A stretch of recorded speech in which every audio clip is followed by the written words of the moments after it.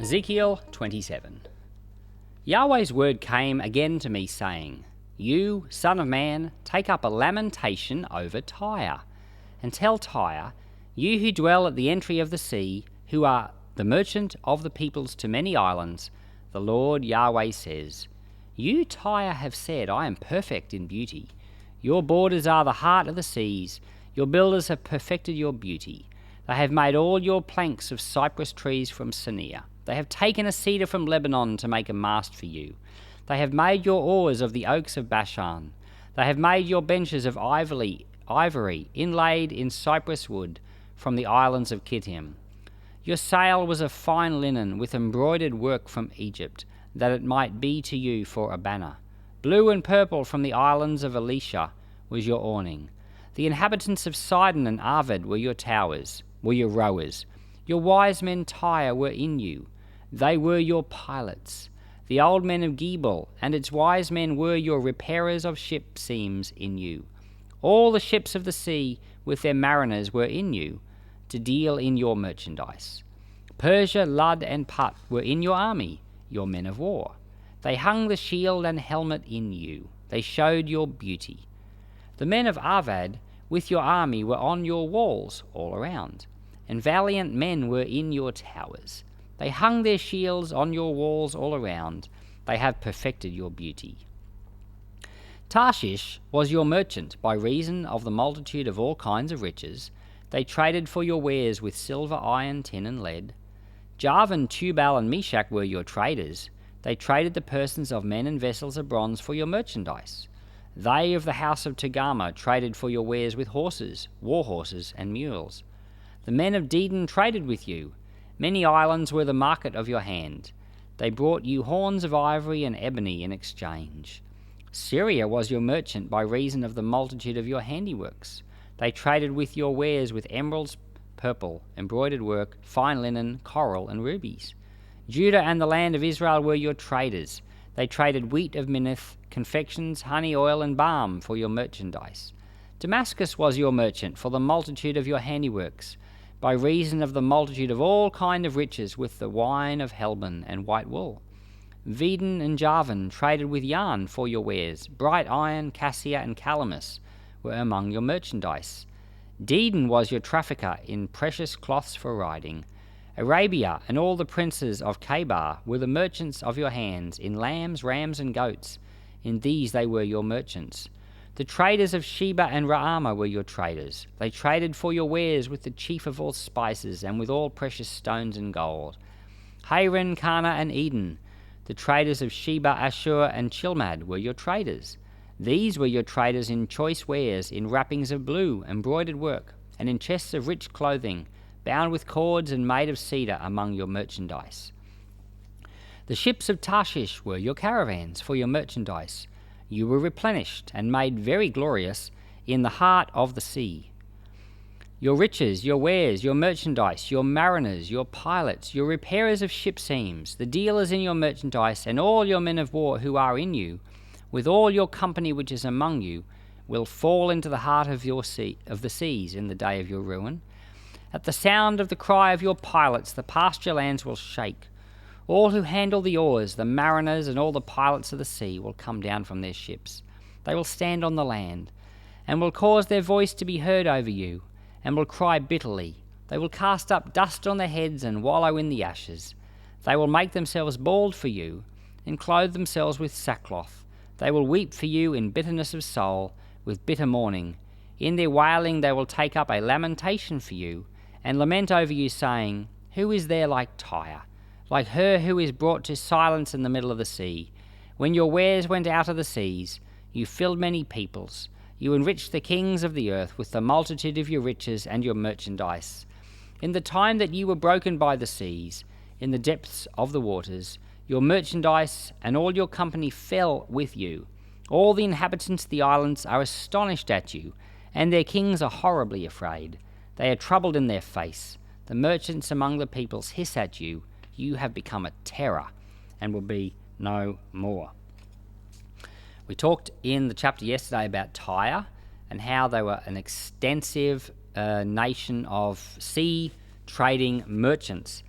You might remember the story of Jonah, and we haven't got to the prophet Jonah, but we will. It's not that far away. But Jonah went down to Joppa and boarded a ship to sail for Tarshish. Tarshish is at the very other end of the Mediterranean Sea in modern-day Spain. Well, whose ship would that have been? Almost certainly a Phoenician ship. A ship probably with soldiers from Tyre, because the people of Tyre went everywhere in ships, and all the merchandise of all these people was taken around by all these different people everywhere. It was taken by the people of Tyre and their sailors everywhere and traded, and Tyre made money on it all. And they were wealthy. They thought very highly of themselves. In fact, in verse 3, it says, "You, Tyre, have said, I am perfect in beauty." So they did think very highly of themselves. They thought they were fabulous. So it starts to go through this chapter naming all these places. The first 7, 8, 10 verses talks about the city of Tyre as a kind of like a ship. It says your oars are from Bashan, that's across the Jordan River. You know, your sails are a fine linen from Egypt. You know, your rowers are from, and it starts saying all the different parts of the ship, like a figurative ship, but it's painting a picture of a nation that's connected in all these different ways, and they get the finest stuff from everywhere.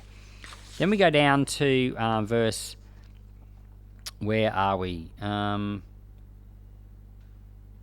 12. It's verse 12, yeah, and it starts listing all the stuff that they get from different places. It says, Tarshish was your merchant. By reason of the multitude of all kinds of riches, they traded your wares for silver, iron, tin, and lead. So Tarshish, on the very far end of the Mediterranean Sea in Spain, traded metals. So these Phoenicians, the people of Tyre, would sail all the way to Tarshish. They would sell stuff there, like the dye, purple dye, and sheep and horses, and they would sell stuff to them, but take the metals from them and sail back and sell that metals in other places. So they were traveling all around to all these different places with all these different merchandise. So Tarshish, that's Spain, that's the place where Jonah went to go, and that's the reason why I think we got a Phoenician ship, because Tarshish is mentioned here.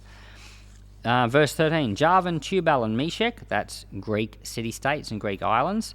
It says they traded men and bronze. In other words, slaves and bronze. Then Togarmah, they traded horses and mules. That's the Armenians. Dedan, they traded horns of ivory and ebony. That's the island of Rhodes. And a couple of hundred years later, the great Colossus of Rhodes, one of the 7 ancient wonders of the world, was going to be built, but it didn't exist yet.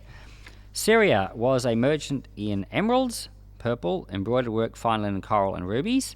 So they traded with Syria. Judah was a trader in wheat, honey, oil, and balm. Damascus they traded with white wool and wine. Vedin and Javan. I haven't got written down where those two countries are.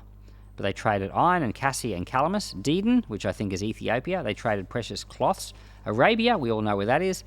They traded in lambs, rams, and goats. Sheba and Ramah, they traded, that'd be like, actually Sheba might be Ethiopia, or it could be Yemen. They traded precious stones and gold. And then Haran, Cana, Eden, Ashur, these are other places in Mesopotamia. They traded clothing, cords, chests of writh clothing, blue dye. So they obviously had fingers in a lot of pies. You could say they were the Amazon of the ancient world, except more so. They were like Amazon and Google, and they were like, and maybe Apple. Like all of the big companies rolled into one, and Facebook. Imagine, it'd be like almost saying like the internet. Imagine if the internet went down right now and was just gone. It's not just gone down for the day, it's gone. You'd have a lot of unhappy people. Back to life before the internet. Now, if you're my age, you remember life before the internet. We got along fine. But there's a lot of young people that can't imagine a life without the internet. I went on an outback trip once with some young people from the church, and I remember we camped at this one spot in Porcupine Gorge National Park where there was no internet. And I remember one of these young people saying, 3 days, how am I going to survive? Well, when Tyre was judged by the Lord, it's just gone through all these verses saying, all the places Tyre went, all the things they traded, including slaves. I mentioned in the last chapter, they also had their horrible religion that they exported all over the place, but the Lord had to judge them for that. When they were brought down, it says here, in their wailing, they will take up a lamentation for you, saying, who is there like Tyre? It says in verse 33, when your wares went out, you filled many people. You enriched the kings of the earth and the multitudes with your riches. In other words, they were the system that connected the world, and the whole world benefited in good ways because of it, but also there were horrible things as well, and the Lord had to remove it. And so the judgment of Tyre was a big deal. In the next chapter, the Lord is going to compare Tyre to the devil. And we're going to have a prophecy. It's still about Tyre, but it's about Satan. So you can see it really was a big deal that the Lord had to judge. So it is a bit like the internet. The internet is a super wonderful thing that blesses us all. But along with the internet comes terrible things as well. And it's a real challenge to allow children to grow up using the internet in a safe way. That's only one of the challenges. And if the Lord was ever to say, I'm done, I'm judging the internet, you couldn't blame him. The Lord hasn't done that. The Lord's very patient. And you think about Tyre, the Lord allowed Tyre, the Phoenicians, to be in the world for hundreds and hundreds and hundreds of years. And the Lord is so amazing that he has allowed the blessings of the Phoenicians to remain while removing the problems that the Phoenicians had. The Lord is so careful in how he does things and so remarkable. My prayer would always be that the Lord would indeed judge and deal with us in the same way, that he removes out of our hearts the things that are not good, but allows the good to remain and continue to be a blessing to those around us. Lord, do that. Lord, help us. Lord, I want to thank you that you've removed out of the world the horrible things that the Phoenicians exported, but left behind are the wonderful things like their alphabet that still blesses us today. I thank you for the grace of God that's been at work in the world and in the nations to bring such good. And we thank you for these prophecies in the Bible and these judgments against these nations. And we're mindful, it reminds us you're a good and a just God and you know what you're doing. And now we surrender ourselves to you, Lord. Help us too. In Jesus' name, amen.